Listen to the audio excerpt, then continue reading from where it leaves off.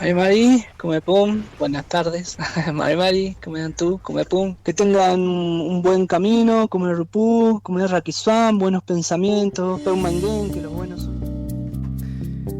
Y que tengan un buen camino, buenos pensamientos, un buen camino. Vos tenés esos derechos que por ahí en algunos momentos se ven amenazados con la violencia, con el odio, con todo aquello que se quiere instalar, pero sabés que tenés que estar firme, absolutamente firme, caminar firme, convencido de que lo que importa es el amor y, como siempre decimos en Ecológicamente, no es una frase hecha. El amor a la tierra, el amor al prójimo y el amor a la vida, a esa biodiversidad en la que estamos inmersos y que muchas veces algunos sectores maltratan demasiado. Empezamos, como decíamos, Ecológicamente en Radio Parque Vida FM 105.9. Mi nombre es Willy Cáceres. Vamos a estar hasta las 9 de la noche, quizás un poquitito más. Tremendo eso, ¿eh? Bueno, nos dieron permiso. De vacaciones los chicos de Happy Hours nos dieron permiso. Acá nos mira Jere, que nos acompaña en la operación técnica. Hola, Jere. Y Jere miró como diciendo, ¿cómo un poquito más? Me dijeron hasta Esto no me lo contaron. Me dijeron hasta las 9. Saludo a Marcela Blanco. ¿Cómo va? Muy buenas tardes, muy buenas tardes. Acá resistiendo, ¿no? Resistiendo, de eso se trata. Resistiendo firmes, como buenas tanta tardes gente. A todos los que nos están escuchando, a los compañeros acá en la mesa, en el estudio, a los compañeros que caminan juntos con nosotros, que están acá en Ciudad de Buenos Aires, que están en los diferentes territorios, llevando con su cuerpo esta lucha, resistiendo. Ecológicamente repudia toda violencia, no al DNU, no a la ley ómnibus. Sí, por lo menos un debate cierto, un debate respetuoso. Eso es lo más importante que me parece que tenemos que resaltar. Cuando hablamos de respeto, es respeto por todas las vidas y respeto por todas las opiniones, aún las del adversario. Porque pareciera muchas veces que la balanza está totalmente desbalanceada y que solamente la justicia, que solamente el orden, la disciplina, eso que tanto estamos escuchando últimamente, es para un lado. Cuando hay una protesta, cuando hay un reclamo, que está totalmente amparado por la Constitución Nacional, es reprimido. Y después hablan de contienda. Las fuerzas no son parejas. Esas fuerzas de las que también hablan. Las fuerzas no son parejas para nada. Además, cuando se apunta a la cara de una persona, me parece que hay mucho para reflexionar. Ya lo vimos en junio, en Jujuy, con los reclamos que habían de docentes, de los pueblos originarios, y ellos nos advertían que algo estaba por pasar. Y bien, escuchamos después a los pueblos de La Rioja, escuchamos en Río Negro, escuchamos en San Juan. O sea, tenemos que estar atentos y en algún momento me parece que tenemos que hacer una reflexión interna y decir, ¿de qué lado estamos nosotros? ¿De qué lado nos ponemos? ¿Del lado de la vida o del lado del odio, del resentimiento? ¿Del lado de ese orden que no es orden? Que tenemos que analizar cuando nos hablan de orden. Pero bien, tenemos muchísimo para charlar. Y van a hablar muchas personas a las cuales tenemos que escuchar para seguir aprendiendo, como decimos, sábado tras sábado en Ecológicamente. Y si de aprender se trata, tenemos una invitada que es Vanina María Teglia. Ella es investigadora del CONICET en literatura colonial. Atención, interesantísimo. Y profesora en la UBA de literatura latinoamericana. Y también ella está haciendo un trabajo de investigación de archivos y documentos de la época de la conquista.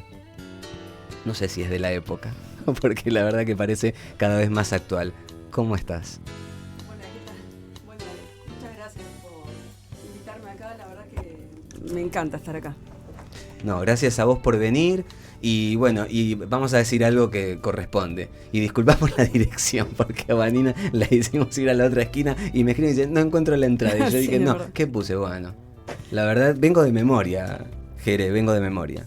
Sí, les contaba que, bueno, me pusiste mal el número, pero bien el nombre de la calle, y cuando me lo pasaste me llamó muchísimo la atención, porque es el nombre de una comunidad nativa de la región de Río de la Plata y Paraguay, los Agaces. Y los Agaces, bueno, en realidad pertenecen a la comunidad, a la familia lingüística, en realidad, Mataco-Guaycurú, que los guaraníes en realidad los llamaban los Payaguáes, que en realidad, y el nombre Payaguáes es que denomina los hombres del río, En realidad es el origen del nombre de Paraguay. Pero es un nombre guaraní, no es un nombre lingüístico mataco-guaycurú, sino que los guaraníes, que eran los enemigos de los agaces, y acá creo que son paralelos, porque una calle es agaces y la paralela es guaraníes, eran enemigos, tenían la costumbre de batallar de vez en cuando, como parte de sus costumbres rituales. Y bueno, vos mencionaste que yo trabajo los documentos coloniales, las crónicas de Indias, los documentos de los conquistadores, a veces de mestizos, que están muchas veces permeados por las visiones nativas, que llamaríamos indígenas. Lo que me llama la atención es que muchas veces los guaraníes llaman a los agaces los tigres, porque el tigre era el otro. Entonces, a veces el tigre y los agaces se confunden en la visión guaranítica. Y bueno, es muy interesante de leer en estos textos coloniales acerca de las comunidades de los agaces, de los guaycurúes. Están permeados por estas perspectivas, diríamos, o visiones amerindias. Y bueno, qué bueno que estén en esta calle. Te escuchaba y hoy me pasó algo muy particular. Tuve que salir a la mañana y cuando volvía me tomé el subte y le escribo a Marcela y en la estación Ángel Gallardo veía unas escrituras muy particulares, pero estaba sin los anteojos, aclaro. ¿Es la estación de mapuches? Entonces sí. Leo que con una letra muy particular, una tipografía muy particular, lo que decía era mapuches, matacos, Ajá. Pachamama, y había un montón de nombres de diferentes pueblos originarios. Y ahora vos me nombrás esto y digo, qué loco. Y lo desconocíamos realmente. Por eso te decimos, aprendemos todos juntos acá, juntas, en Ecológicamente, y ahora bueno, tenemos seguramente a la profe. Esa parte de esa estación de subte me parece muy hermosa. Pero no leí esa inscripción que vos me mencionás. Seguramente estarían los guaraníes y no los agaces, porque lo que sucedió con las misiones jesuíticas es que también establecieron predominios de ciertas comunidades nativas por sobre otras. Y hicieron que diferentes comunidades más pequeñas quizá, o con menos poder, o que no fueron elegidas por los avances colonizadores, desaparecieran en su singularidad. Y entonces se los identificaran con los guaraníes, por ejemplo. Entonces nadie habla de los agaces. O de los charrúas, bueno, solo los uruguayos como una bandera, ¿no? Pero en realidad, en algún momento también los charrúas sufrieron la discriminación de esta visión generalizadora que los llamaba guaraníes. Incluso escuché una entrevista el año pasado a una mujer de la comunidad charrúa que perviven, porque la última agaz o agace murió a mediados del siglo XX en Paraguay, en Asunción. Pero los charrúas, la comunidad charrúa todavía existe y tiene su propia identidad y entiendo que su propia lengua, pero los identifican con los guaraníes. O sea, les dicen, ustedes no existen, ustedes son guaraníes. Entonces, ese avance de generalizar, elegir ciertas comunidades nativas, originarias, en detrimento de otras, es todavía pervivencia del pensamiento colonial. Así que doble motivo para seguir teniendo la radio acá en esta calle, porque es raro que haya sobrevivido. Bueno, ella nos voy a contar algo. ¿Puedo contar algo? ¿Me das permiso? Adelante, quiero escucharlo. Ella dijo, bueno, vamos a ver en qué puedo colaborar. Bueno, ya en 5 minutos aprendimos un montón. Ay, es que es tan interesante. O sea, cuando leo las crónicas de Indias, bueno, uno puede encontrar un montón de cosas.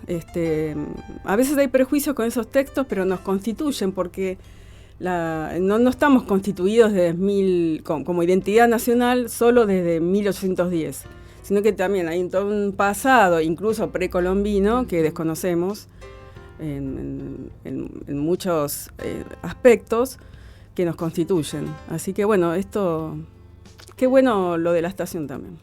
Sí, yo me quedé impactado y ahora mucho más todavía porque justo hoy he tomado muchas veces en Ángel Gallardo el subte. Y es la primera vez que me detengo en las letras porque me llamaron la atención las letras y hay unos dibujos como de gente de pueblo originario. Pero en realidad, cuando veo la letra, me reía, hablaba con ella por teléfono y me reía porque yo no tenía los anteojos puestos. En realidad, la tipografía era muy particular, pero se leía claramente que decía Pachamama, mapuches, matacos. Y entonces, digo, justo que vos nombrás ahora la historia o el significado de la calle Agassiz y lo bueno que es que tengamos la calle Guaraní con lo que vos nos contaste, porque en definitiva es simbólico también eso de tanto enfrentamiento, pero en definitiva acá usamos las dos calles y están cerquita una al lado de la otra, entonces me parece que sería bueno eso también de saber que cuando uno está enfrentado a alguien no es un enemigo a quien yo tengo que matar y destruir, sino es alguien del que puedo aprender muchísimo, y él de mí. Sí. Y en la historia de estas dos comunidades convivían, guerreaban de vez en cuando, pero convivían en ese tironeo, podemos decirlo. Pero no eran enemigos de querer asolarse y destruirse por completo. Y tenían muchas visiones muy creativas acerca de la otra comunidad. Que bueno, desde la perspectiva de una persona que le interesa la literatura, son muy atractivas.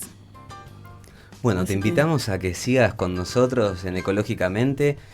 Vamos a seguir aprendiendo un montón. Vamos a hablar de la actualidad, de lo que estuvo sucediendo en las calles. También vos nos vas a poder contar dentro de un ratito tus experiencias de haber transitado las calles en estos días, eso que se vive. Y bueno, decían Molotov y Anita Tijoux, nos la quieren pegar, nos la van a pagar. Y bueno, ya sabremos, nos enteraremos en algún momento o no.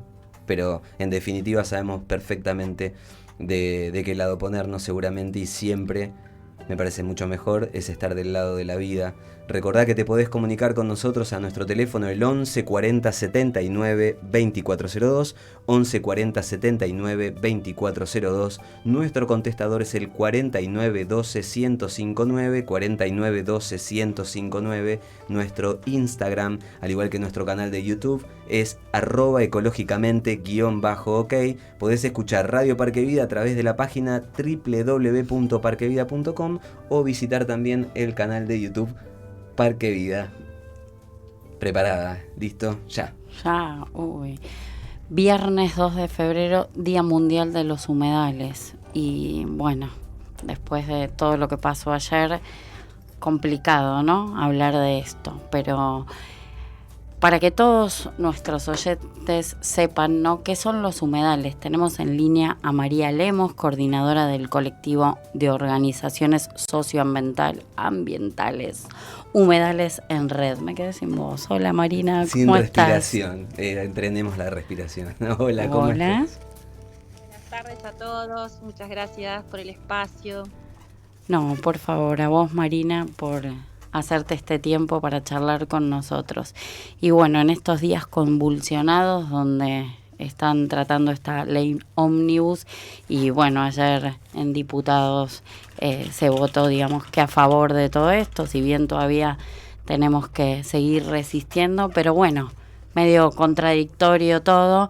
Pero bueno, queríamos charlar con vos para que puedas contarle a nuestros oyentes qué son los humedales. Dale. Bueno, los humedales son estos espacios tan importantes que tienen una relación muy estrecha con el agua. Son espacios que transitoriamente o en forma permanente tienen agua, ¿no? Son unos ecosistemas muy particulares, no son ecosistemas terrestres ni son ecosistemas acuáticos, o sea, no es un espacio seco ni es un espacio totalmente lleno de agua, ¿no? Si son con espacios intermitentes. Es un ecosistema muy rico, un ecosistema que nos brinda muchos servicios ambientales, muchos beneficios, muchas contribuciones, desde alimento hasta regulación del clima, hasta control de inundaciones, control de la contaminación también. Bueno, muchísimos beneficios, ejemplos en Argentina tenemos un montón. Los salares, los espacios cercanos a los ríos, las lagunas y sus espacios asociados, las turberas en el sur, bueno, muchos, muchos espacios. Sí, decía recién Marcela cuando te presentaba que estamos en estos tiempos donde hay un montón de leyes que están peligrando y en algún momento, en varias oportunidades, hemos charlado acá en Ecológicamente sobre esa ley de humedales que no salía y no salía y no salía y no salía Ujú. y, y en algún momento también empezamos a entender que aquello que sucedía con los salares andinos en el norte, que aquello que se decía que bueno, que por ahí se los podía correr de lo que es la protección de humedales solamente por extraer el litio, por las extracciones y Ujú. todo ese tipo de agresión que hay constante contra los humedales y además también no solo el extractivismo por el extractivismo en sí, sino también la construcción, la urbanización sobre humedales. Sí, totalmente, claro. El riesgo es por muchas acciones. La urbanización es como que podríamos decir de acuerdo hay mucho de acuerdo a la zona, es como que tenemos una preponderancia de este tipo de impactos, ¿no?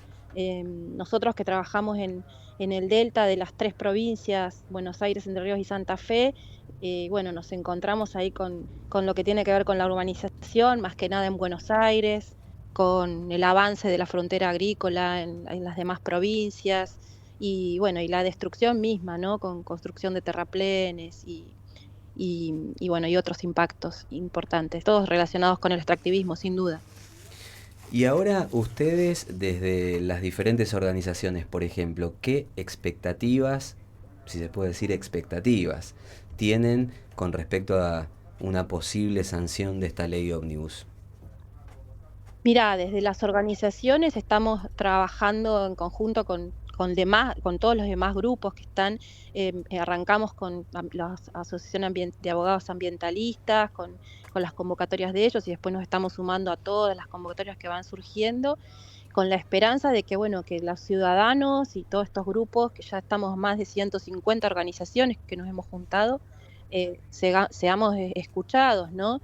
Y que realmente se respete el ambiente, porque es la salud de la comunidad. O sea, nosotros tenemos dentro del grupo referentes muy importantes y como Damián Berseñasi, y bueno, él manifiesta en todo momento que no puede haber gente sana en territorios enfermos y esta cuestión de avasallar estos ecosistemas, tanto los humedales como los glaciares, como los bosques, implica que nos estamos destruyendo a nosotros mismos. Así que nosotros desde las organizaciones le estamos poniendo todo el esfuerzo para poder frenar esto y que se concienticen los diputados y puedan votar lo que tiene que ver con la protección del ambiente. Sí, y es muy importante, y vos recién lo nombrabas a Damián y la tarea que él viene haciendo desde hace tanto tiempo es muy importante, sobre todo para alcanzar información a aquellas personas que desconocen, porque también eh, ciertamente hace un tiempo tuvimos, te contamos a vos y le contamos a todas aquellas personas que nos están escuchando, hemos tenido la visita de una persona que tiene una dedicación en cuanto a la tarea social muy importante en Lanús, a Valeria Rodríguez, y ella nos dijo una frase que nos parecía muy importante, y era, no podemos defender o luchar por lo que desconocemos. Entonces, como nos cuesta acceder a cierta información, digamos, por algunos medios y por algunos portales, entonces me parece que está bueno hacer este ejercicio como ciudadano, como ciudadana, de tratar de interactuar un poquitito más con esto que nos facilita Internet, por ahí para aprender. Entonces, Sí, sí, sí, decinos. sí, sí. No, sí, sin duda, sin duda. Nosotros desde el colectivo también lo que trabajamos muchísimo es el tema de educación ambiental. Consideramos que esto que no se conoce tiene que ver con una desconexión del hombre en general, ¿no? Con la naturaleza. Y bueno, tenemos que volver a regenerar ese vínculo, tenemos que generar experiencias que sean del agrado de la gente y que sea una nueva conexión con la naturaleza, con ese conocimiento para poder cuidarla, defenderla y protegerla, ¿no? Es un laburo. Es un laburo, sí. Sí, es un laburo porque también, como decíamos recién, que hay una falta de información, también hay un avasallamiento, que eso lo venimos notando cada vez que se plantean las luchas. De hecho, lo hemos visto en estos últimos tiempos desde Jujuy, como nombrábamos recién, La Rioja, Catamarca, Salta, en Río Negro, Mendoza, y bueno, hay un avasallamiento inmediato cada vez que hay una lucha, hay una desestimación, todo lo que tiene que ver con un negacionismo y una invisibilización. Nosotros ahora estamos acá compartiendo el espacio en la mesa con Vanina, que ella es profesora en letras y nos estaba contando, nos estaba enseñando un montón de cosas que tienen que ver con la historia de los pueblos indígenas, y vos decís, claro, todo lo que no conocemos, todo lo que se invisibiliza, no existe. Sí, claro, claro, sí, todo lo que no nombramos, lo que no difundimos, es como que no existe. Y bueno, creo que es una parte importante de nuestro rol como organizaciones o como referentes, poder llevar eso, sacar eso a la luz y poder ganarle a un poco toda la otra movida, ¿no? Creo que hay que mirarlo así, hay que mirarlo con expectativas positivas, con optimismo y poder sembrar en los que están alrededor nuestro y en los que vienen, un poco también esa mirada, ¿no? Absolutamente. ¿Y cómo se van a desarrollar ustedes desde los diferentes espacios en estos días, Marina? Mira, hay diversas formas de participación. Nosotros como red, desde la parte institucional, lo que estamos haciendo es apoyar virtualmente todas las movidas que se están dando, las manifestaciones, las notas de difusión que se hacen. Tenemos grupos que están mucho más activos en la calle, grupos de Rosario, de Buenos Aires mismo, que están asistiendo a las movilizaciones. Y bueno, nada, todas las invitaciones que tengamos de participación, en la medida que se pueda, se van efectivizando. Y de hecho, a pesar de toda esta movida, tenemos grupos que estuvieron festejando, por decirlo de alguna manera, o visibilizando el Día Mundial de los Humedales, con remadas, con cines debate. Hoy, por ejemplo, tenemos algunos en Pilar que están haciendo eso. En Ramallo hicieron una remada. Mañana tenemos un evento en Pavón, se hace una difusión en una plaza, mostrando todo el tema de la problemática de los humedales y por ahí la puesta en valor de un corredor biológico, de un arroyo que es un cauce viejo de un arroyo. Bueno, muchísimas cosas que la idea es seguir difundiendo, seguir generando movilidad también en las redes y concientizando en todo lo que se pueda. Me parece perfecto.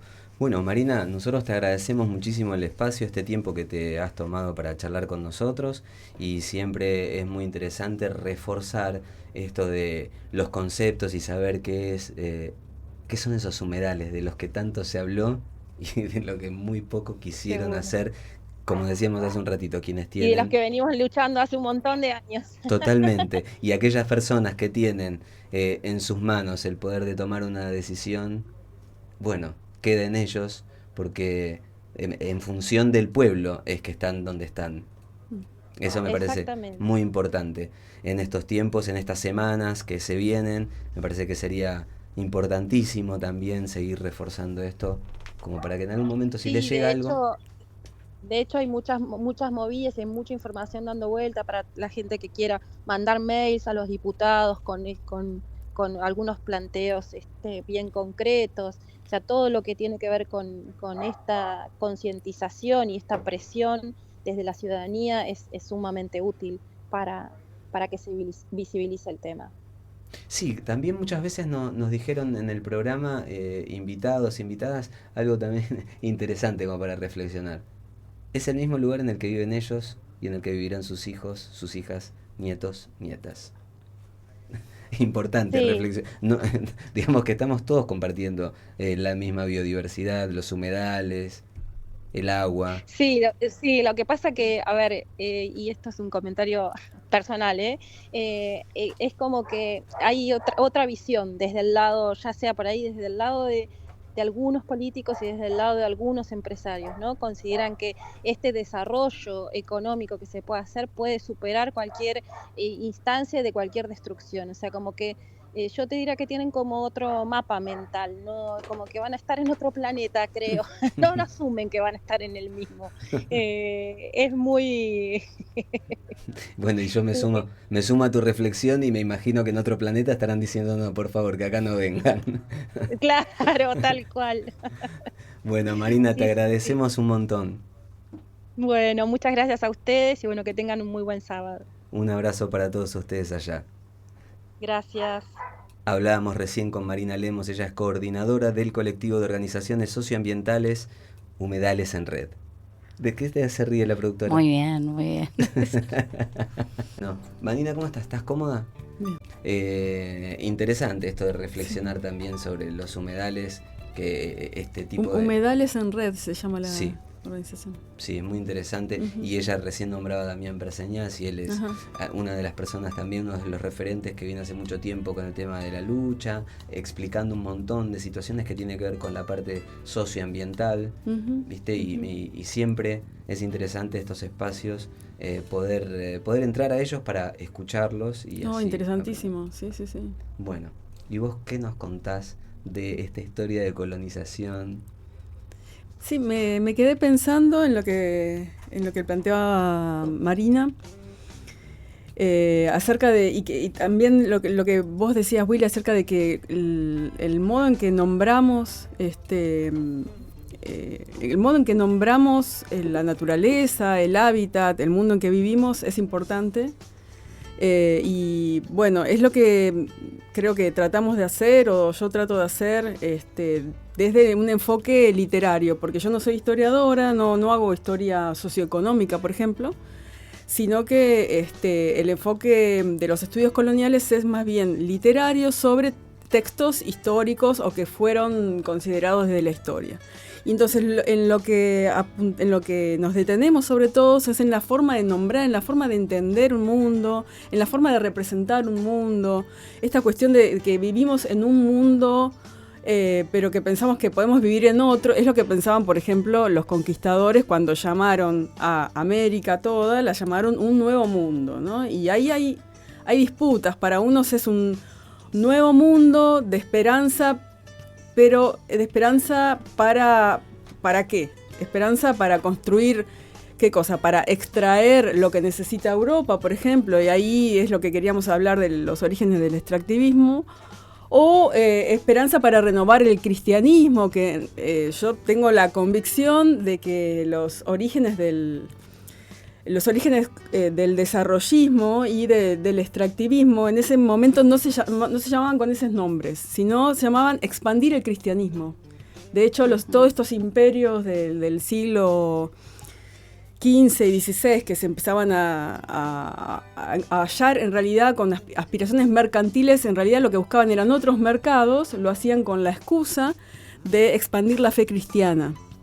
Y esa era la utopía, tanto de la utopía imperial como la utopía cristiana, extender la religión que era parte de la identidad occidental en ese momento. Pasaba por ahí la identidad. Pero en realidad eran los orígenes del capitalismo y con un contexto muy marcadamente mercantilista, y los orígenes de lo que llamamos la modernidad. Todo eso que después va a recaer en la modernización. Por eso cada vez que yo escucho modernización, ministerio de modernización, hay que modernizar, bueno, tengo un poquito de miedo. Hay que modernizar, ¿para en qué sentido? ¿No? ¿En qué vía? Bueno, estas palabras estaban ya desde el siglo XVI en los textos que llamamos, como cuerpo de texto, llamamos crónicas de India. Son los relatos acerca de la conquista de India. Y el modo de relatar no es ingenuo. Se puede, América, las conquistas de los pueblos y la descripción del espacio se puede describir de una u otra manera. Lo que yo observo, por lo que estuve, por mi investigación, lo que observo es que hay diferentes modos. Justo me tocó, en realidad elegí comparar dos historiadores que escribieron como un montón de volúmenes, me volví loca abarcándolos. Uno era el cronista oficial y el otro era el que va a ser el fraile, bueno, es bastante conocido, así que lo nombro, Bartolomé de las Casas, que es el que se llamó, históricamente es el defensor de los indios.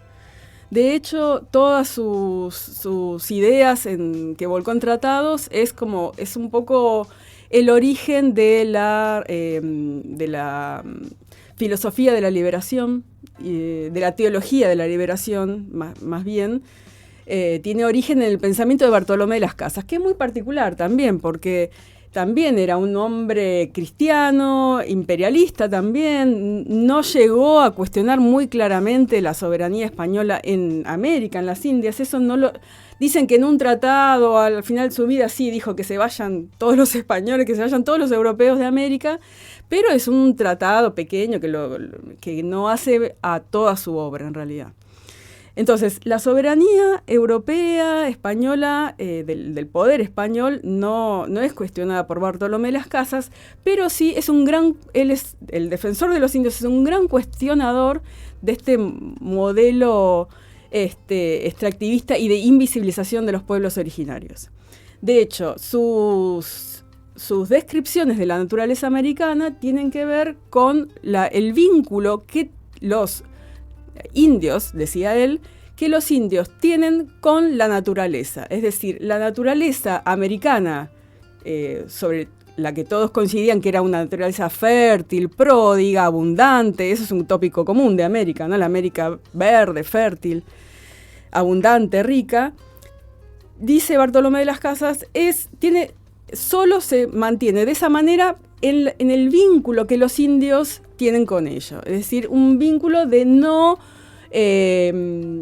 expoliación, de no hartarse, de no robar, de no extraer. Dice, mejor no toquemos la relación que tienen los indios con su naturaleza y dejémosla así, porque de esa manera pueden convivir de una manera armónica. Por supuesto, estas ideas de armonía son ideas de pensamientos cristianos, semimedievales también. Bueno, hay mucho como es vocabulario jurídico del momento, ¿no? Que habla de la armonía incluso aristotélico, del hombre con su ambiente. Y entonces dice, si rompemos esa naturaleza de los nativos si rompemos ese vínculo armónico de los indios con su naturaleza, con su ambiente, vamos a crear un infierno en este territorio, en las Indias, y del mismo modo España va a terminar quemada y hundida en el infierno también. Se va a llenar de esclavos España, y de esa manera entonces tampoco va a ser próspera, va a hacer que España prospere.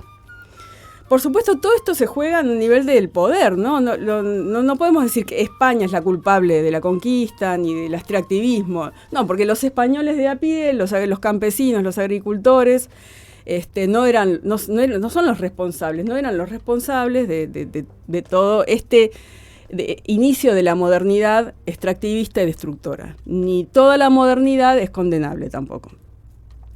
Bien, entonces ese es el modelo que propone este fraile y que algunos continúan de alguna manera, ¿no? Por ejemplo, las misiones jesuíticas respetan ciertos postulados de esta época y del modelo cristiano, que avasalla con la cultura nativa, pero respeta la convivencia con la naturaleza.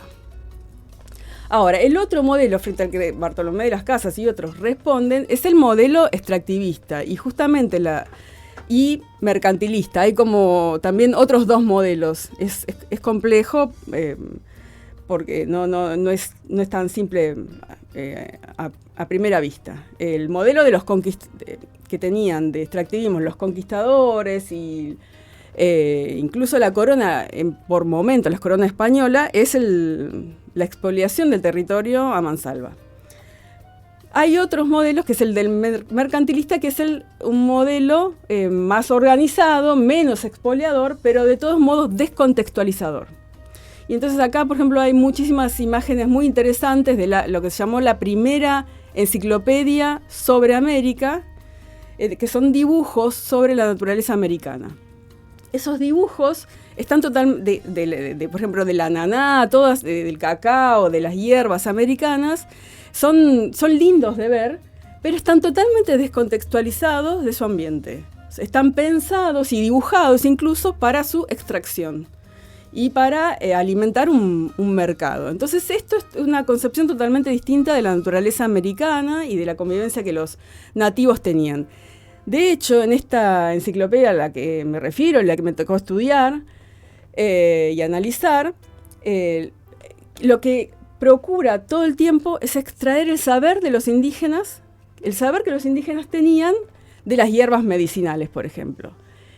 Pero no es que integraban a los nativos en ese saber, sino que simplemente querían extraerlo y además sospechaban que los nativos, pasados unos años, no confesaban todo el saber que tenían sobre su naturaleza.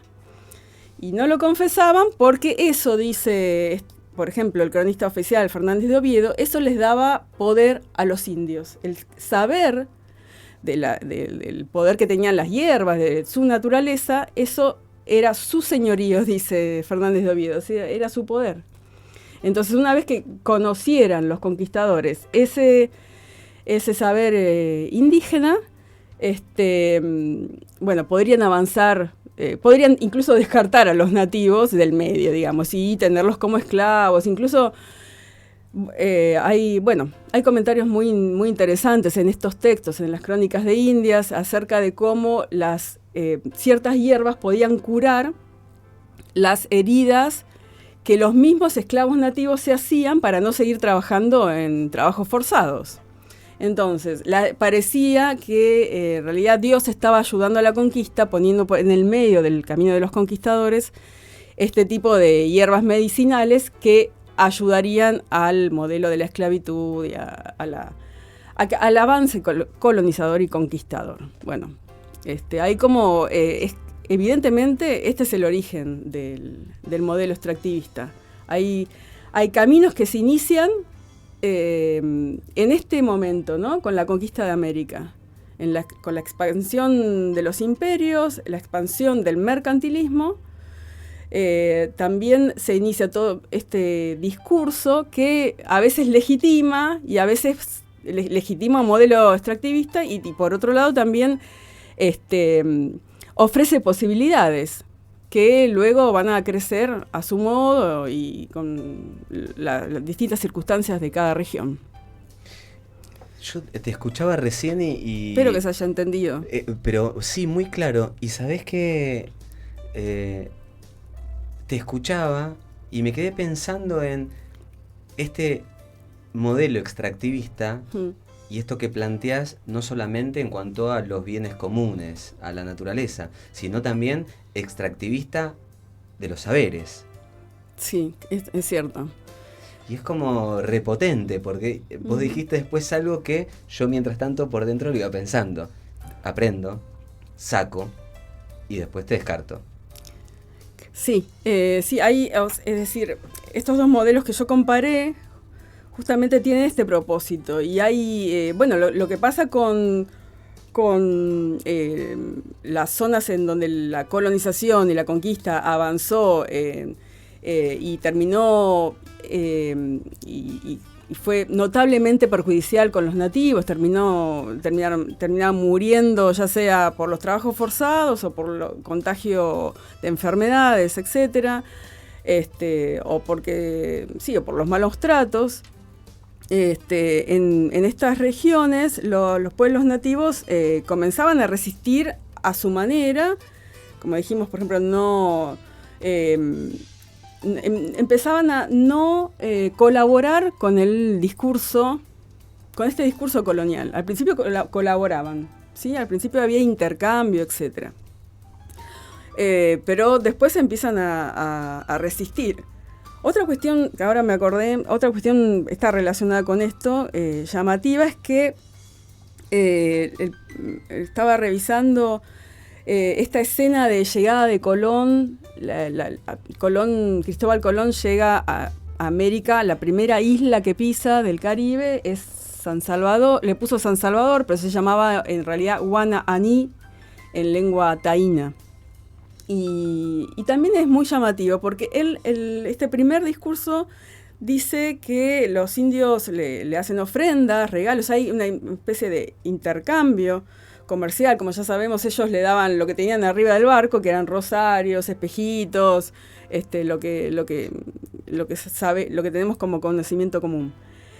Pero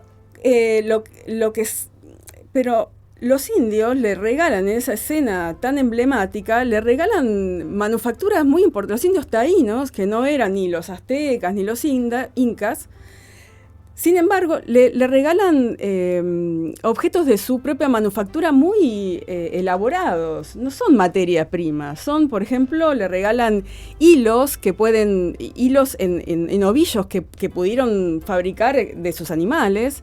Luego, los papagayos más hermosos que tenían le regalan, o armas, las lanzas, bueno, etc.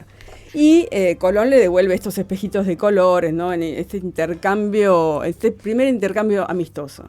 Sin embargo, cuando Colón narra esto, esa la carta en la que se conoce el descubrimiento, que es la carta a Rafael Sánchez y a Santángel, o sea, son dos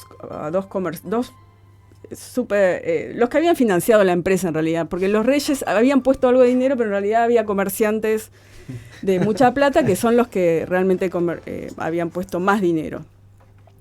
Les envía esta carta que anuncia el descubrimiento, que luego se traduce al latín, a un montón de idiomas porque se difunde por toda Europa. Y un año después, en 1593, esta carta se publica en latín, se imprime, con 4 o 5 imágenes, si no recuerdo mal, y hay entonces esta representación de esta escena de intercambio entre Colón, las carabelas y los nativos. Y lo que le ofrecen los nativos no son estas cosas tan elaboradas ni de manufactura, sino que le ofrecen materia prima. Entonces, constantemente el discurso tiene este devenir, es decir, tiene esta dirección, es decir, América lo que puede ofrecer son materias primas. Entonces, esto es una constante cuando leemos este tipo de textos, se va invisibilizando la verdad, ¿no? Lo que tienen los pueblos nativos, por ejemplo, hacia una dirección deseada, por ejemplo. Entonces, esta imagen es la que se difunde por toda Europa, ¿no? Los nativos, son, como sabemos, también están estereotipados, porque estaban desnudos, porque eso es lo que todo el tiempo registran los cronistas, que estaban desnudos, que hay algo que no tienen. Incluso los aztecas, que ya después, cuando encuentran al pueblo mexica, tienen un montón, no pueden obviar todo lo que tienen, porque hasta cloacas tenía Tenochtitlán. Pero, sin embargo, seguramente algo no tienen, algo les falta, ya sea Dios o lo que sea. Bueno, entonces esta representación es muy interesante de analizar. Vuelvo a la imagen de Colón, son todos nativos jóvenes, casi adolescentes, ¿no? Físicamente. Están desnudos y unos son muy generosos, le ofrecen esta materia prima, esta cosa simple, sin manufactura, y otro grupo de nativos huye por temor, ¿no? Entonces, bueno, eso es algo que los que hacemos estudios coloniales siempre nos encontramos, y cuando escuchamos, por ejemplo, referencias de luchas contra, por ejemplo, el pueblo mapuche hoy en día, siempre nos suenan los tópicos coloniales vuelven. Por ejemplo, lo que se dice de los mapuches hoy en día es que hay mapuches buenos y mapuches malos. Y que hay que proteger a los buenos de los malos, agresivos, violentos, terroristas, qué sé yo. Bueno, estos son tópicos medievales porque están desde Colón, digamos.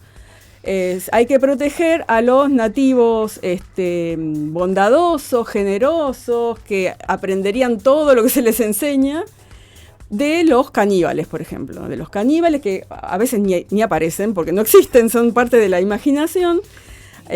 Habría que protegerlos de esos enemigos que andan circulando por ahí, o incluso a veces de Amazonas, y bueno, cuestiones más fabulosas medievales, pero que son los enemigos de los que habría que proteger a estos indios bondadosos. Y bueno, cuando describen las luchas actuales contra el pueblo mapuche, y seguramente contra otros también, A mí me da mucha rabia porque están construyendo un enemigo para arrasar para avanzar sobre un territorio. Bueno, no es casualidad y yo soy cansador, repetidor, lo siento mucho, te pido disculpas a vos que nos estás escuchando, pero nosotros incorporamos dentro de la artística, en el comienzo de Ecológicamente, la frase de un escritor que hoy sí lo voy a citar, después lo voy a buscar porque lo tengo anotado, nunca lo cito. De que nosotros escuchamos aquella vez cuando salió al aire la serie de Pablo Escobar, que decía: quien no conoce su historia está condenado a repetirla, y esto que nos estás contando vos sigue confirmando que nosotros tenemos que repasar nuestra historia y, como bien dijiste, estar alertas. Total. Por estos discursos, por esta construcción, por estas construcciones sociales que se hacen al punto de invisibilizar, criminalizar, estigmatizar. Esas son las palabras, claro. Entonces digo, bien, chicos, estos son tremendos, hay que liquidarlos. Y salimos todos como pavote a decir, es verdad, acá está el problema. Es importantísimo. Así que bueno, estamos aprendiendo un montón. Sí. Bien, seguimos en Ecológicamente y nos quedamos charlando porque le decía a Vanina, aprendimos un montón y como primera conclusión, ¿qué sacamos? Que el extractivismo tiene un proceder, tiene un actuar, tiene una estrategia que es muy clara, y eso de escuchar a los pueblos originarios de todas las regiones de Latinoamérica, en definitiva, cuando están en plena pelea, defendiendo la vida, defendiendo el agua, defendiendo el territorio. Nosotros peleamos por nosotros, peleamos por la vida, y en definitiva es por todos, por todas, porque hay que entender que ese tipo de lucha, ese tipo de discursos de orden, disciplina, nosotros vamos a sacar, porque con estos recursos vamos a andar re bien, progreso, desarrollo.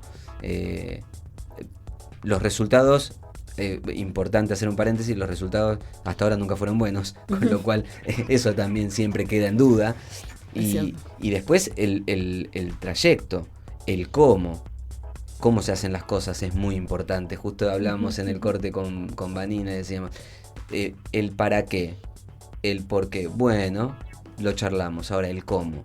Si el cómo de esa actividad que yo voy a desarrollar implica muerte, implica contaminación, que va a ser enfermedades, pobreza y todo lo que viene como resultado de esa actividad, entonces me parece que no hay mucho que pensar. Evidentemente acá hay una construcción social, como nos contaba Vanina, desde aquellos orígenes, desde el descubrimiento de América, en el que es sistemático. Siempre digo lo mismo, hablamos con una de las luchadoras defensoras del agua de Famatina, ella Jenny Luján, y la tenemos allá en La Rioja. Hola Jenny, ¿cómo estás?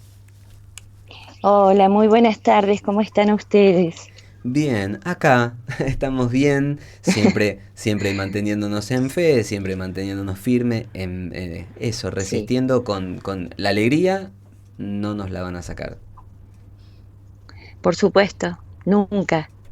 La esperanza, la alegría, porque los pueblos luchamos por eso, por un buen vivir. Y estamos absolutamente seguros, convencidos de que vamos a triunfar más allá de todo lo que está pasando, más allá de lo terrible que está haciendo y la destrucción del planeta, del clima. Bueno, nosotros acá en La Rioja estamos viviendo una sequía histórica, nunca antes vista, y eso está matando nuestras formas de vida. No tenemos agua en los pueblos, es muy escasa, y están muriendo todos los animales, los cultivos, las plantas. Es muy triste lo que se está viviendo, pero estamos en lucha, y si luchamos es justamente porque tenemos la esperanza, y esa esperanza con mucha alegría de luchar por un buen vivir.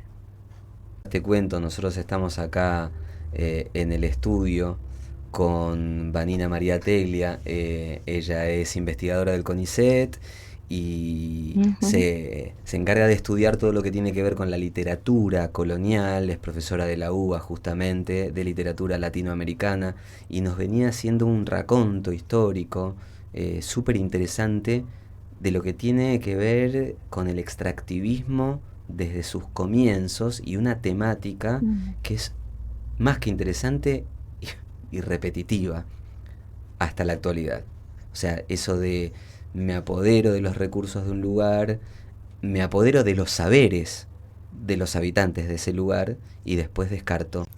Totalmente. Bueno, hola Vanina, Hola. qué interesante. No conozco tu obra, pero sería un aporte fundamental para nuestras asambleas conocer lo que estás investigando y ese recorrido del extractivismo, ¿no? Porque es así, el extractivismo no solo tiene que ver con que nos chupan el agua, y no solo el agua superficial, sino el agua subterránea, el agua de lluvia ahora, porque los grandes emprendimientos extractivistas agroindustriales, porque no son agrarios, son agroindustriales, están desarrollando toda esa tecnología que viene desde hace bastantes años, pero ahora está a pleno, ¿no? De disolver las tormentas. Y es así que en toda la época de lluvia, en nuestras provincias que son semiáridas, no ha llovido absolutamente nada, nada. Y eso es ya el colmo de la mercantilización de la vida. Generalmente, ¿quiénes son los accionistas de estas grandes empresas? No viven en estos lugares y no les interesa la vida para nada, ni la vida humana, ni la vida de los ecosistemas. Entonces, destruir para chuparse absolutamente todo no es solo una frase, es la realidad y que tiene un impacto en nuestras vidas, en nuestros pueblos, en nuestras comunidades, en nuestros cuerpos. Y ese impacto es terriblemente doloroso, es agonizante. Entonces, para quienes estamos pisando el territorio, para quienes estamos no solo defendiendo los cerros, defendiendo nuestra agua, sino que además estamos defendiendo nuestros sueños, los sueños de que nuestras crías puedan vivir en un mundo al menos un poquito parecido al que vivimos nosotros cuando éramos pequeños, pequeñas. Y eso es terrible, sobre todo para las mamás, para las paridoras de vida, porque estamos asistiendo a un momento muy crítico en la historia argentina, no solo política, económica, sino desde lo ambiental. Y lo ambiental parece ser negociable, absolutamente negociable. No se debate, no se discute, no está en los debates del Congreso, es muy poco lo que se vio y quedó ahí, como si la vida nuestra de los seres humanos, pero también de todos los seres vivos, la vida de nuestros pueblos no importara. Y cuando hace muchos años, cuando comenzamos, hace 18 años, cuando comenzamos con las asambleas, nosotros decíamos, parece ser que solo les importa la vida de ese norte global, que ese norte global siga subsistiendo. Pero lo decíamos como una frase, ¿no? Como algo que escuchamos por ahí y que lo repetíamos, pero ahora lo sentimos. Lo sentimos porque nos atraviesan los cuerpos, lo sentimos porque a diario estamos juntando una gotita de agua para que no se muera la plantita, para darle de comer a los pocos animales que nos quedan, para beber, para nuestras cosas diarias. Entonces, vienen por todo, dijo Javier Rodríguez Pardo, un gran periodista ambiental que para nosotros en la historia de la lucha fue clave, porque vino en los primeros momentos y nos ayudó a organizarnos, nos apoyó en todo y nos trajo luz, ¿no? Porque en ese momento nosotros y nosotras creíamos en las instituciones de la democracia. Y él nos decía que no. Y nos costó mucho aprender que no es así, que solo los pueblos salvamos a los pueblos y los salvamos con nuestras luchas, porque no hay justicia, porque no hay instituciones gubernamentales ni del Estado que defiendan a las comunidades, que defiendan a los pueblos. Todo queda en una retórica discursiva, todo queda en fotos de promoción de obras de gobierno o de actos de gobierno que aparentemente luchan para atenuar el impacto del cambio climático, como le llaman ellos, que para nosotros es una gran crisis climática precedida por una gran crisis civilizatoria que tiene sus orígenes en la acción de los hombres, en el extractivismo, en ese brazo tan perverso del capital, ¿no? Que viene a robarnos todo, porque para ellos todo es plata, porque para ellos todo es inversión, todo es exportación, todos son dólares. Y nosotros quienes vivimos por acá, la vida tiene un significado que está muy lejos del dinero, que consideramos necesario, claro, porque vivimos en este mundo, pero para nosotros tiene un valor único. El agua, el aire fresco, los algarrobos, alimentarnos con la harina de algarroba, nuestros chivos en el campo, nuestras vaquitas, poder cultivar nuestros alimentos en nuestras hortalizas, poder parir a nuestros hijos como en las manos de nuestras ancestras, poder curarnos con nuestros yuyos medicinales, poder compartir la chaya con alegría, como una celebración a la vida y un agradecimiento a la Pachamama por las cosechas. Y sin embargo, todo eso que para nosotros tiene un valor único, para ellos no vale nada. Para ellos el algarrobo es un monte más, que no importa si se seca.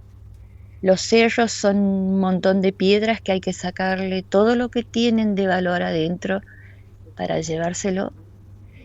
El agua que necesitan para llevarse todo eso es solo un elemento. Y así el suelo, y así nuestra vida, nuestra propia vida. Entonces estamos en ese punto donde ya no se negocia, compañeros, no se negocia, son ellos o nosotros, o nosotras.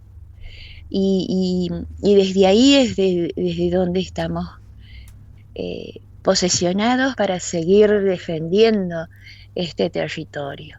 Y no es por una cuestión caprichosa de decir, mirá qué lindo está el cerro hoy. No, es que ese cerro y todos los cerros, como todos los árboles, como los ríos, los humedales, las salinas, esos son para nosotros la vida. Van tejiendo nuestras propias vidas y van tejiendo la descendencia. Y ese valor ancestral no tiene precio. No tiene precio, no se puede mercantilizar. Absolutamente, Jenny. ¿Sabés que te escuchaba con toda esta descripción que hacías sobre la relación con la naturaleza, que tiene un montón de prioridades y que el dinero que ninguno de nosotros, nosotras descartamos, en esa relación con el lugar en el que vivimos, no ocupa el primer lugar como ocupa para las corporaciones, para el extractivismo. Tiene mucho que ver con lo que nos contaba Vanina. Yo le voy a pedir a Vanina, profe, si nos podés contar así resumido eso que nos contabas antes de lo que veían, de lo que vos habías leído en esas cartas, sobre lo que podían dilucidar de la relación que había con los nativos y la naturaleza. Es muy interesante. Sí, no, bueno, por ahí me parece terrible lo que está contando Jenny, y después quería hacerle una pregunta. Pero sí reconozco en esta cuestión una historia que se descarta, que es la historia y las vivencias que ellos mismos tienen con su naturaleza. Esto, cuando decís ellos, bueno, son las corporaciones, entiendo, eso me perdí un poco. ¿Quiénes son, no? Los que avanzan con desconocimiento de una historia local, historia de las propias comunidades. Y la convivencia que ellos tienen con el cerro, ¿no? Esto también, bueno, mis trabajos tienen que ver con textos históricos, pero esto en los textos históricos también está desde hace 5 siglos, la representación de la tierra como primero como una joven virgen que hay que descubrir, en realidad que hay que violar, ¿no? Porque es esto que contaba Jenny es una especie de avasallamiento, que en términos coloniales sería una violación, porque en la época colonial se feminizaba este nuevo mundo, el continente americano. Y la otra representación, la otra metáfora que se utilizaba era la del viejo avariento que no quería mostrar sus vetas de oro, ¿no? Lo que contenían los cerros, la riqueza que contenían los cerros. Este viejo avariento que no quería dar a conocer sus riquezas. Bueno, a mí me resuena todo lo que cuenta Jenny en representación de la asamblea de estos pueblos de La Rioja, entiendo. Me suena, revive viejos tópicos coloniales, es decir, la colonización continúa a pesar de que ya no somos más colonias, ¿no? Legalmente o jurídicamente.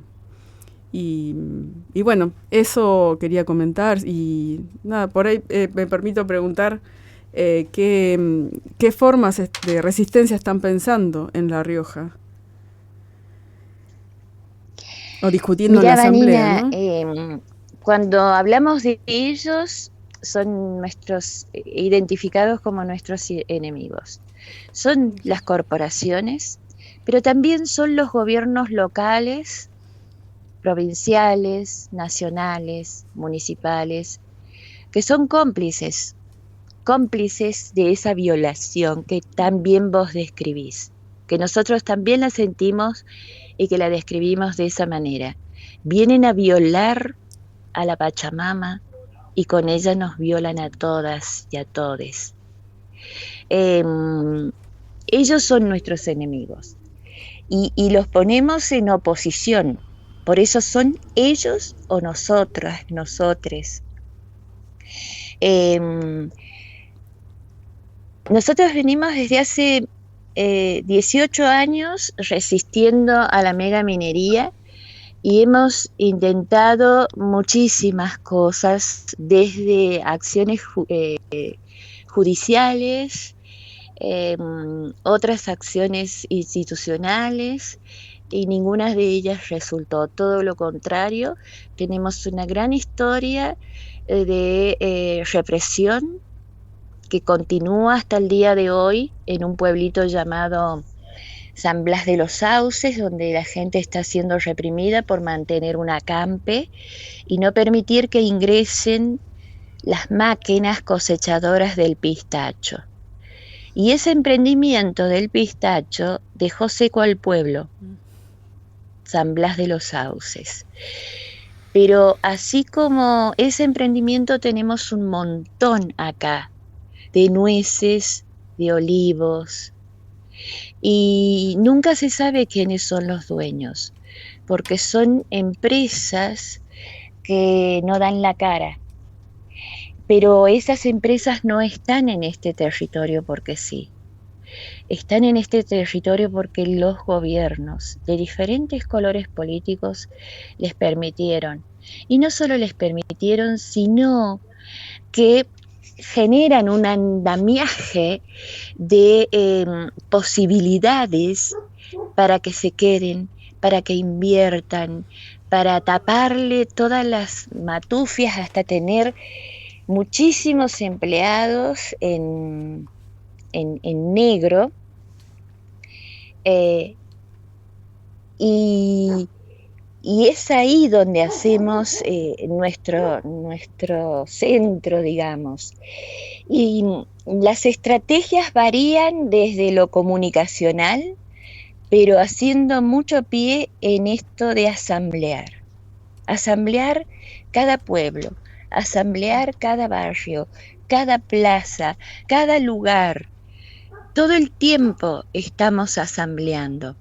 En este momento tenemos un grupo de compañeras y compañeros que se encuentran en San Blas de los Sauces haciendo cine comunitario, debate, asambleando y mañana muraleada.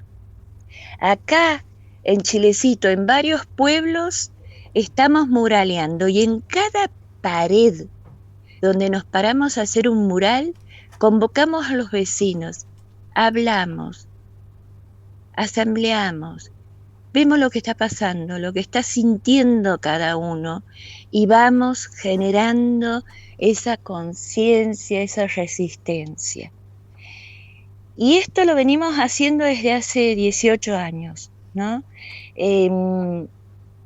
Utilizando todas las herramientas comunicacionales, pero por sobre todas las cosas, hablar, conversar, convidar a nuestros vecinos y a nuestras vecinas para conversar, para que tomen la palabra, para perder el miedo, para decir que nosotros tenemos la última palabra. Y hasta ahora acá en el Valle del Famatina, la cosa viene siendo así, porque logramos echar a 5 mineras.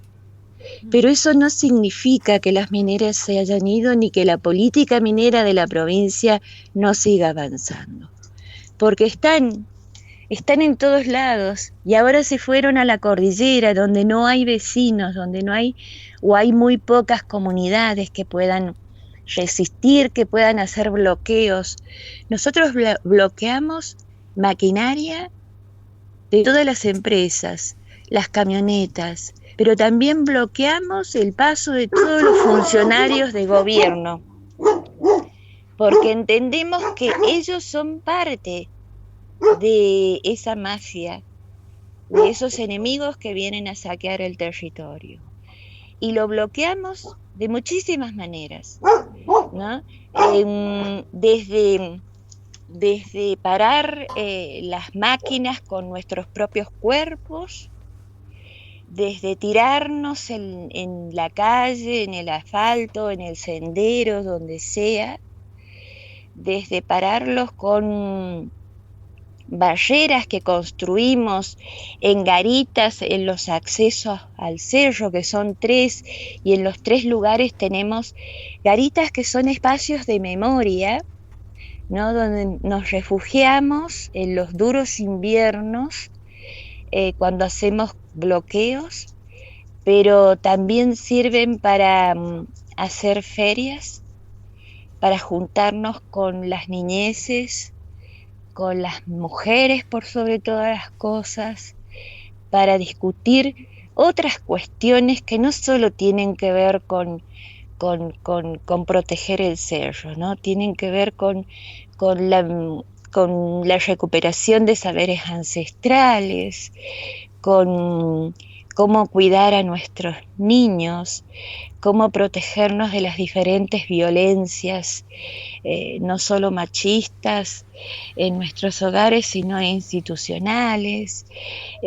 Bueno, hay muchísimas formas. Fíjate que ahora tenemos el 9 de febrero la última audiencia del juicio ético y popular a los ecocidas se hace acá en La Rioja. Y lo vamos a hacer en la capital de la provincia justamente para que puedan acceder testimonios de todos los departamentos de la provincia y podamos denunciar entre todos la situación en la que se encuentra la provincia. Además, hemos generado un espacio asambleario que se llama Asamblea Constituyente de los Pueblos, que surge a partir de la convocatoria del gobierno provincial a una reforma constitucional luego de la reforma de Jujuy. Como nosotros sospechamos de que esa reforma constitucional va a tener los mismos resultados que la de Jujuy, y ante la desconfianza, ante la desinformación que existe, ante la falta de una participación genuina, donde garantice una participación plena e informada de las comunidades, bueno, nosotros generamos la Asamblea Constituyente de los Pueblos. Y en paralelo a las sesiones de esos convencionales, que seguramente están tramando el andamiaje jurídico para facilitar el saqueo, bueno, en paralelo a eso nosotros venimos reuniéndonos en todos los pueblos y venimos consensuando diferentes puntos y estrategias de lucha. Esa Asamblea Constituyente no va a dejar de andar los territorios hasta que no veamos como resultado una constitución con la participación de todos los pueblos, y donde uno de los puntos más importantes es el agua. Nosotros necesitamos que desde ese andamiaje jurídico, desde la Constitución provincial, se garantice que la prioridad del uso del agua es para los pueblos, pero también que garantice que el agua sea gestionada y administrada por los pueblos, por las comunidades y no por una empresa israelita como Mekorot, con la cual La Rioja ya firmó convenio. Entonces son como varios frentes, y ante todo eso hay una gran creatividad, sobre todo de la gente más joven, que se acerca y que nos acerca el arte como una herramienta fundamental, imprescindible, para denunciar, para luchar, para concientizar, para unirnos, para abrazarnos, para empoderarnos, una palabra que no nos gusta pero que todos entienden cuando la nombramos. Nosotros decimos más bien es recuperar la fuerza ancestral de nuestros pueblos originarios, porque acá en La Rioja la mayoría somos descendientes de aguitas cacanes. Y desde esa ancestralidad es desde donde reconstruimos nuestros saberes y nuestra fuerza para defender el territorio. Bueno, Jenny, te agradecemos un montón, buenísimo. justo tenemos la presencia de Vanina, con lo cual completamos una parte, actualidad, vivencias y un poco de historia a través de la literatura colonial, así que me parece muy importante que hagamos ese ejercicio. Siempre invitamos a hacer el ejercicio, Sí. ese repasar desde dónde, desde cuándo empezaron todas estas situaciones que nos llevaron a este presente. Muchas gracias a vos, a Vanina. A vos. Mucho aprendizaje, Vanina. Muchas gracias.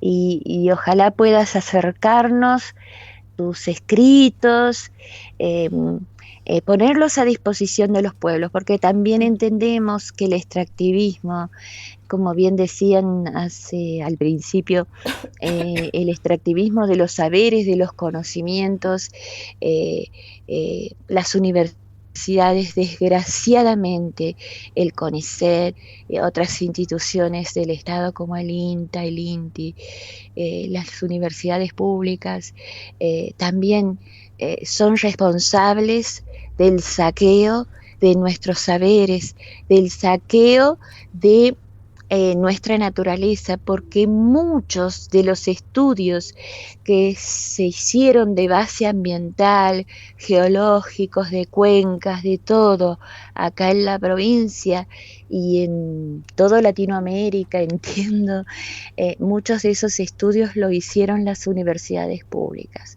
nuestros académicos, nuestros investigadores, y lo pusieron a disposición de esas corporaciones. Y eso es terrible. Así que agradezco muchísimo, Vanina, y que pongas tus saberes a disposición de los pueblos, de las comunidades, y que lo puedas hacer con el lenguaje más claro, más social posible, para que no nos enredemos, para que podamos acceder, para que podamos tejer en esta urdimbre de la defensa de la Pachamama esos saberes compartidos, ¿no? Los saberes científicos, académicos, pero también los saberes populares, los saberes de nuestros pueblos originarios, que es de donde se nutre la academia. Muchas gracias. Muchísimas gracias, Jenny. Muchísimas gracias, como siempre, por compartir todo lo que sucede.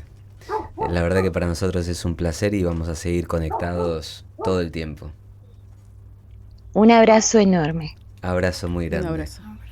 Hablábamos recién con Jenny Luján, ella es de La Rioja, es integrante de Defensoras del Agua de Famatina. Bueno, Vanina, tenés tarea, profe. No, hay una figura, no sé si puedo decir esto, hay una figura que nos pesa a todos los sudamericanos, diría, y que perjudica sobre todo a los pueblos originarios, que es la del informante indígena. A todos, a todos los argentinos, a todos los latinoamericanos, que muchas veces a veces nos llaman para trabajar o para brindar información en universidades, por ejemplo, de Estados Unidos, ¿no? Universidades privadas de mucho dinero, nos tratan a los investigadores como informantes indígenas. Incluso existe esa palabra, ¿no? Esa denominación, quiero decir, ese prejuicio que tenemos que estar atajándonos, porque a veces no somos considerados como investigadores a la altura de ellos, de estos investigadores de universidades extranjeras, no tenemos el mismo estatus, podría ser, sino que nos usan también como informantes indígenas, como usan a los pueblos, lo que contaba Jenny acerca de la extracción de sus saberes ancestrales. A nosotros también nos usan de informantes indígenas, y muchas veces a veces es una cuestión de dinero, ¿sí? Yo reconozco esto que dice Jenny acerca del que muchos biólogos, por ejemplo, no se quedan trabajando en CONICET porque no hay dinero o porque no hay futuro, no sé qué, y entonces trabajan para empresas privadas y dicen, y bueno, sí, con la nueva represa o la nueva obra van a morir algunas especies de peces en el río. Y bueno, sí, ¿qué va a hacer? Y el informe que ellos hacen legitima, por ejemplo, que desaparezcan algunas especies de peces en los ríos. Esto, yo no soy bióloga, pero estoy cerca de los historiadores, la literatura. Bueno, a veces nosotros también tomamos decisiones difíciles. ¿Qué historia contamos, por ejemplo? Pero es totalmente... reconozco este prejuicio de los informantes indígenas que terminamos asumiendo digamos, hay una desvalorización del saber de las comunidades, del saber de las universidades del sur, del CONICET mismo. Es un trabajo complejo y grande, me parece. Sí, es parte de una manipulación de aquellos sectores de poder que justamente por tener poder actúan de una manera casi predominante, porque en definitiva predominan, y a veces ponerse en el lugar de juez y decir, uy, ¿por qué optó por utilizar todos sus conocimientos y todos los estudios que pueda hacer en favor de, los utiliza a favor de una corporación? Y bueno, también es muy difícil, porque estamos dentro de un sistema muy difícil y de eso se trata, de entretejer todo esto. Escuchar, ¿no? Tener Totalmente. La capacidad de escuchar. Totalmente, y así aprendemos y sabemos, como decíamos al principio, sabemos qué es lo que tenemos que defender. Y a propósito de sequías y todo eso, mientras nos contaba Jenny justamente sobre la situación que están pasando con las sequías allá en La Rioja, te cuento que hay una publicación en el diario AR que nos contaba hace mucho tiempo Eve Chasqui de Catamarca. Bueno, la mina de litio que abastece a Tesla, BMW y General Motors secó una vega en Catamarca. Y la nota dice: la utilización de agua dulce para la extracción de mineral, clave para la transición energética, eso de que tanto escuchamos hablar, que va a estar buenísimo, porque nos va a cuidar la transición energética. Bien, viste que hablábamos hace un rato, el cómo, el mientras tanto, que es lo que hago para llegar a un fin que teóricamente es bueno. Bueno, lo que estoy haciendo durante ese cómo no está tan bueno, a tal punto que esto es muy grave. Y provocó que se secara un valle fértil en medio de una zona desértica. Y la población está dividida entre el entusiasmo por el boom del litio, lo que hablábamos recién de eso de mi sector predominante, ese poder que tengo lo ejerzo y te contamino en todo sentido, te contamino también de información que va proponiendo futuro, progreso, desarrollo, tantos beneficios, y el temor a quedarse sin agua. Esto es Ecológicamente, estamos en Radio Parque Vida FM 105.9.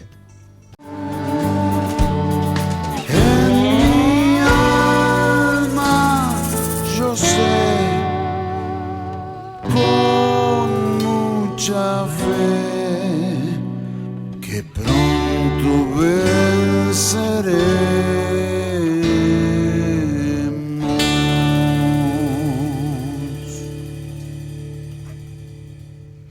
Y claro que sí, con mucha fe, siempre con mucha fe, sabemos que en algún momento vamos a vencer. Y de lo que estamos seguros es que este es el camino del amor por el prójimo, el camino del amor por la biodiversidad a la que pertenecemos y que no nos pertenece. Y vamos a hablar ahora, ¿la tenemos en línea? Acá estamos esperando para la próxima comunicación, pero mientras tanto te comparto nuestros medios de comunicación. Es el teléfono 11 40 79 2402, 11 40 79 2402. Nuestro contestador es el 49 12 1059, 49 12 1059. Podés escuchar Radio Parque Vida a través de la FM 105.9 o si no a través de la página www.parquevida.com, descargarte la aplicación TuneIn, o también podés ver nuestras charlas, lo que sucede en cada programa, un poquitito más reducido en Instagram, @ecológicamente_ok, y en YouTube el programa completo. Dicho todo esto, ahora Jere me dice ok y vamos a charlar con Moira Millán. Ella es representante de la comunidad mapuche por tantas cosas que vienen sucediendo en Chubut y por algunos dichos también del gobernador refiriéndose a quienes son los responsables de estos incendios. Me parece que es muy importante escucharla para que nos cuente desde su lado qué es lo que está pasando justamente en la provincia. ¿Cómo estás, Moira? Mai Mari Punmai, buenas noches, un gusto saludarles. Un placer recibirte acá en el aire de Ecológicamente. Bueno, venimos escuchando un montón de cosas que se están diciendo y me parece que es muy importante escucharte a vos en representación justamente de una comunidad. Muchas gracias, espero que llegue bien, tengo no muy buena señal. Cualquier cosa me avisan si está saliendo mal. Bueno, en principio, agradecerte por el deseo de poder no solamente amplificar nuestra voz, sino a través de esta conversación discernir lo que está sucediendo, por qué se acusa al pueblo mapuche en medio de este terrible y doloroso incendio que se está dando en el Parque Nacional Los Alerces, qué hay detrás de estos incendios. En principio, el pueblo mapuche jamás prendería fuego porque nuestra espiritualidad, nuestra cosmovisión, el legado de nuestros Cuifiquecheyén, de nuestros ancestros y ancestras, es justamente lo contrario, es el resguardo de la vida, es el resguardo de la Mapu.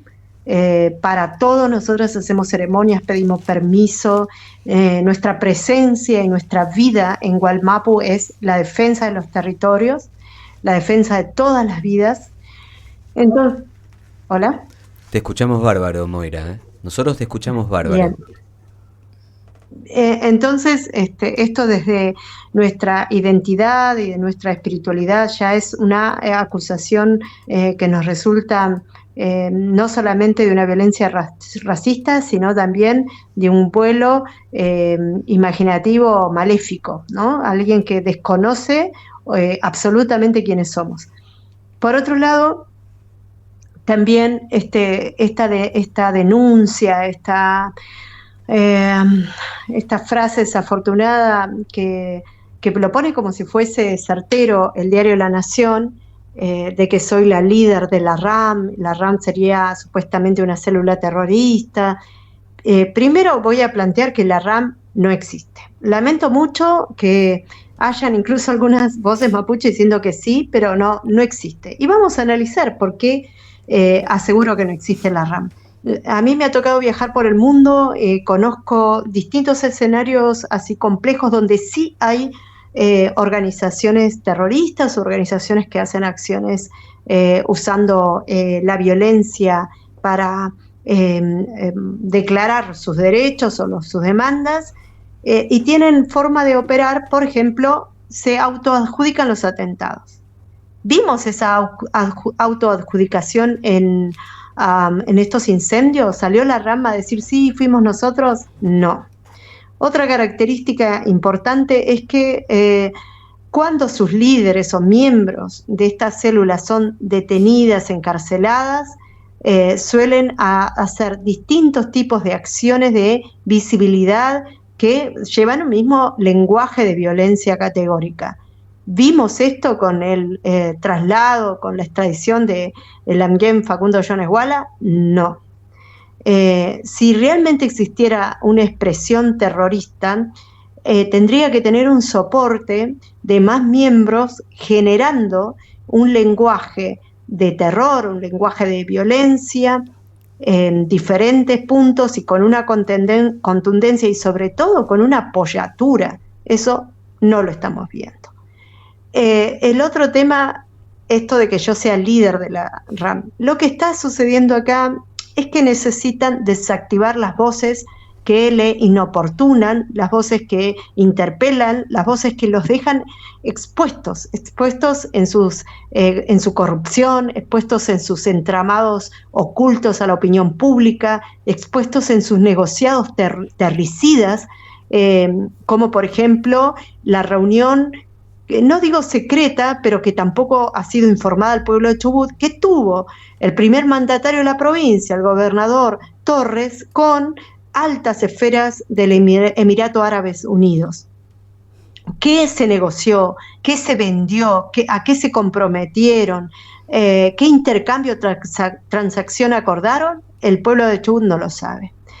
Y finalmente, quiero decir que hay un factor que me preocupa, pero tremendamente, y es la necesidad ya no de construir el enemigo interno como hizo Macri, van un paso en su perversión más adelante todavía. Intentan construir la idea de que el pueblo mapuche es foráneo, es una fuerza terrorista extranjera. ¿Por qué intentan decir estas barbaridades, esta locura, este absurdo? Porque les permitiría legalmente, constitucionalmente, habilitar la instalación de fuerzas militares norteamericanas como bases de operación en la Patagonia. Porque si hay una fuerza exterior terrorista, significa que hay un peligro inminente de la soberanía de Argentina. Entonces, esto permitiría habilitar a que vengan los gringos, pongan bases militares y empiezan a operar militarmente, ocupar militarmente la Patagonia. Esto es muy, muy preocupante, es muy necesario y urgente desasnar toda la población argentina sobre esto, de esta estrategia que están usando. Y por último, ya como para aclarar, hay preguntas que deberíamos formularle al gobierno de la provincia de Chubut, también al gobierno nacional. Por ejemplo, el gobernador dice que los elementos, o las características, perdón, la característica de este incendio es similar a los anteriores que se han producido en la Patagonia. Mi consulta es, ¿a qué características se refiere? ¿Cuáles son esas características? Para poder hablar de características, hay que analizar todos los incendios que se provocaron y sobre todo analizarlo a la luz de las investigaciones y resultados judiciales. Que la justicia haya encontrado los autores materialmente tangibles y concretos de los incendios anteriores. Hasta hoy la justicia no dice nada. No sabemos si no investiga, si no quiere investigar, o si al investigar se ha topado con poderes impresionantemente fuertes a los que no puede molestar. El único caso que se investigó a fondo y que tuvo una autoría materialmente identificable fue el caso de los incendios de las Torres de Paine.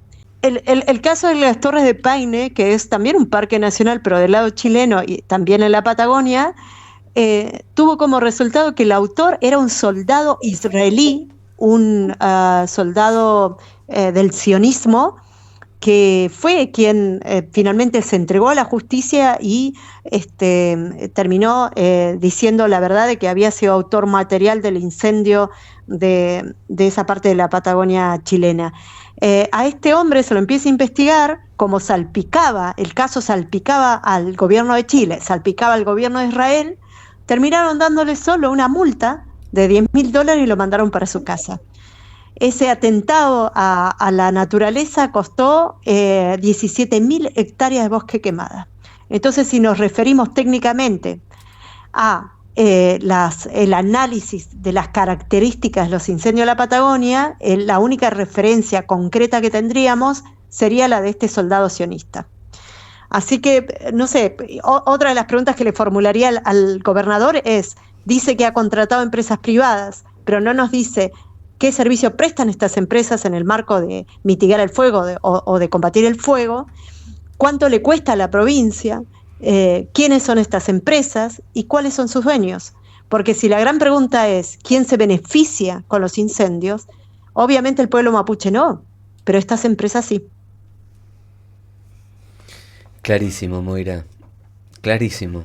Prácticamente nos dejaste sin preguntas porque me parece que lo explicaste muy bien. Nosotros te cuento que estamos acá en el estudio, estamos con una visita y es Vanina María Teglia. Ella es investigadora del CONICET en literatura colonial y profesora en la UBA de literatura latinoamericana y bueno, te cuento que nos estuvo explicando y narrando toda su investigación sobre el extractivismo colonial, y cuando ves el proceder, cuando ves las estrategias, cuando ves cómo se actuaba en aquellos tiempos, desde el descubrimiento de América, bueno, es muy parecido a lo que vemos actualmente. Y esto de la criminalización es como un denominador común. Sí, yo diría que hay una nomenclatura que me parece que tenemos que empezar a usar, porque acá no solamente hay criminalización, acá han hecho del odio racista una política. Y esto es muy tremendo porque estamos como haciendo una regresión como humanidad hacia el apartheid en Argentina. Me parece que tenemos que prestar mucha atención de la configuración del escenario de odio racial que se está configurando aquí en la Patagonia, en Puelmapo y en particular en la provincia de Chubut. Tenemos que estar muy atentos, atentas, Moira. Generalmente los sábados nosotros lo decimos, es muy importante que sepamos, que conozcamos. Ese es uno de los motivos por el cual invitamos a Vanina, para que nos cuente esa historia, eso que vino analizando. Y bueno, esto que vos nos contás ahora, de esta actualidad, que no dista mucho, Vanina, de lo que vos nos dijiste y nos contaste. Sí, no me sorprende este discurso. Por eso tengo también una pregunta para Moira, si me lo permiten. No me sorprende esta construcción de un enemigo interno o externo, pero que justifica el saqueo o el avance extranjero y saqueador. Y por ahí quería preguntar, por ahí especificar un poco quiénes, dónde creen que se genera este discurso o esta nomenclatura que termina perjudicando a los pueblos y a su territorio. Este discurso de... A mí me parece que lo que está viendo acá es una alianza entre los medios de comunicación masivos o corporativos, a los que yo llamo sicariatos de la comunicación, y los poderes de la sociedad rural, juntamente con las transnacionales, es decir, una corporocracia que va orquestando y definiendo política en territorio. Creo que ellos se reúnen, que acuerdan, que tienen por supuesto a la Administración de Justicia de su lado. Si no hubiera salido de manera inmediata a desmentir esto, si yo no hubiera estado cuidada por mis ancestros y ancestras, porque yo tendría que haber estado en el campo, y en el campo yo no tengo señal. Entonces ni me hubiera enterado de que estas barbaridades se estaban diciendo, y tal vez cuando me hubiera enterado ya era tarde, teniendo a la policía en mi domicilio arrestándome por un delito que no he cometido. Entonces llegué acá a Esquel para escribir, porque a eso me dedico entre millones de cosas, tenía que enviar algo, y me entero de todo este disparate. Entonces saltar inmediatamente a desmentir, a traer la verdad sobre tanta mentira, a traer la luz sobre tanta oscuridad, a mí me lleva a pensar de que están tratando también no solamente de inocular el odio, sino de desactivar las resistencias en territorio. Porque es muy importante la defensa en el territorio, porque la defensa en el territorio es lo que le está poniendo una traba verdadera al extractivismo. Porque por ahí desde las ciudades se puede vociferar, usar las redes, pero cuando vienen las máquinas, va a depender de la fuerza y de la capacidad organizativa de los que estén ahí para frenar esas máquinas. Y entonces hoy empiezan conmigo, mañana con Cruz Cárdena, con el Ambién Cruz Cárdena, mañana lo van a hacer con otro mapuche, con ambientalistas también, todo aquel que le ponga una traba, y es parte, digamos, de la inteligencia geomilitar, ni siquiera argentina, la inteligencia geomilitar transnacional, que va elaborando proyectos salidos de laboratorios de terror de otros países y exportados. Es decir, que a este gobierno no se le cae una idea, sino que va importando todas las ideas represivas que se van elaborando en otros territorios. Bueno, Moira, te agradecemos mucho el tiempo que te has tomado para comunicarte con nosotros, para clarificar estas cosas, que me parece que es muy importante, y insisto con eso porque me parece que es muy importante escuchar a todas las voces. Hablábamos de eso con Vanina cuando llegó al estudio, fuera del aire decíamos esto de tener la oportunidad, y agradecerle siempre a Radio Parque Vida, que nos da la libertad para poder escuchar a todas las voces, porque esto de la verdad a medias o la mentira al 100%, la verdad que no está bueno, porque hemos crecido así, nos han prácticamente, podría decir, adoctrinado de esa manera.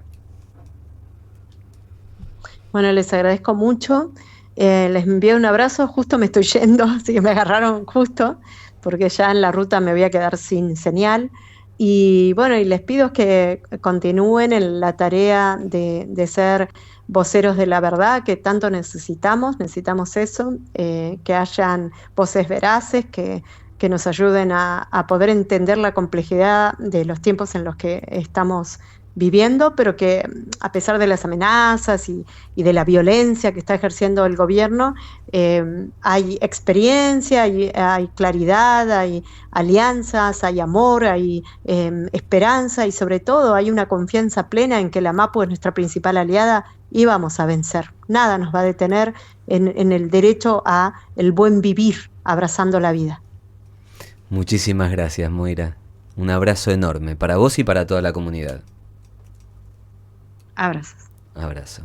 Hablábamos recién con Moira Millán, ella es representante de la comunidad mapuche y bueno, Vanina, fuerte. Sí, no, me sorprende cómo los temas se tocan, cómo hablamos antes de los mapuche sin ponernos de acuerdo. Llegó el tema y con claridad, la verdad que me encantó escucharlo. Sí, por eso cuando en la semana nos comunicamos y vos me dijiste, ¿te parece voy a hablar de esto? Yo dije, pero sí, hablábamos con Marcela y decíamos, no, mirá lo que va a hablar Vanina, genial. Y yo la verdad que tampoco sabía que hoy íbamos a hablar con Moira, la productora acá hizo el laburo como siempre y me dijo, la tenemos a Moira para charlar.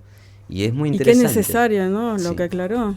Sí, justo fuera del aire comentábamos, esto también lo podemos contar, de esto de la estigmatización, sobre todo con ciertas comunidades, y decir, no son todos violentos, son todos reaccionarios, saquean, y vos decís, bueno, es un lindo ejercicio, un buen ejercicio, a ver vos como profe, ¿qué te parece? Decir, bueno, a ver, saquean, son violentos, reaccionarios, ¿y qué es lo que tienen? ¿Con cuántos se han quedado?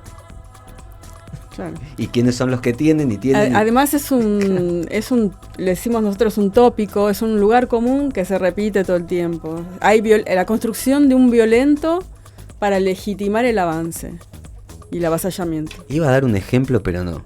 Porque una vez estudiando geopolítica con un profe, nos contaba que un personaje, allá por Europa, también construyó un enemigo para arrasar con él. Pero bueno, no lo voy a nombrar porque me parece muy fuerte. Nosotros te invitamos a... Primero, ¿cómo la pasaste, Vani? Bárbaro, buenísimo. Yo te dije Vani, ya profe Vani. Y ya estoy retentado para decirle, bueno, vení cuantas veces quieras. Nosotros le decimos a todos nuestros invitados, invitadas que siempre vengan porque es muy importante que sigamos aprendiendo. Vamos a seguir en contacto, así que bueno. Si puedo aportar algo, les escribo. Muchísimas gracias. Y a vos te agradecemos. Marce, ¿cómo la pasaste? Muy bien, muy bien. ¿Jere? Bueno, bien, Jere, 21-15, ¿qué te parece? ¿Bien? No sé si estás muy convencida, pero no. No, se ríe porque estás pasado, pero bueno, te lo vamos a perdonar. Te agradecemos mucho por hacernos compañía, esperamos que vos también hayas pasado un gran sábado, a pesar de estas realidades que nos rodean, siempre con fe, siempre con esperanza, con fuerza, con la convicción de saber que estamos parados de ese lado en el que miramos al que está delante, el que está a los costados, al que está detrás, y como decía en aquel audio Héctor Larrea, que lo vengo citando varios programas, durante varios programas, eso que cuando estás ahí subiendo, si a vos te toca estar subiendo en ese momento, bueno, mira para atrás, mira a quien quedó rezagado, extendé tu brazo, dale una mano y llévalo con vos. No está bueno andar solo por la vida. Hasta el sábado que viene. Muchas gracias.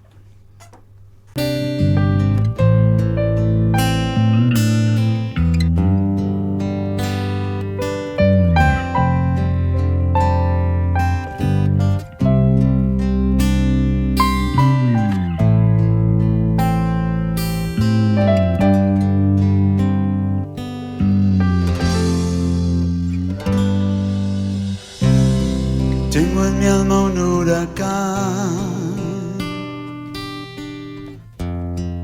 que barre todo afán, desafiando las tormentas de mi historia más incierta, dominar fuertes vientos de violencia o pensamientos, derrotar a un enemigo que habita dentro conmigo,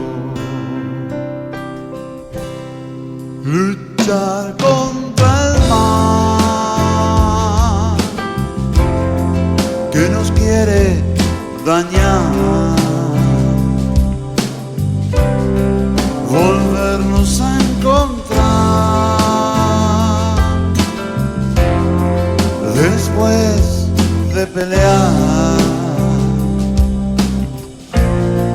en el cielo o en el campo, la victoria alcanzar.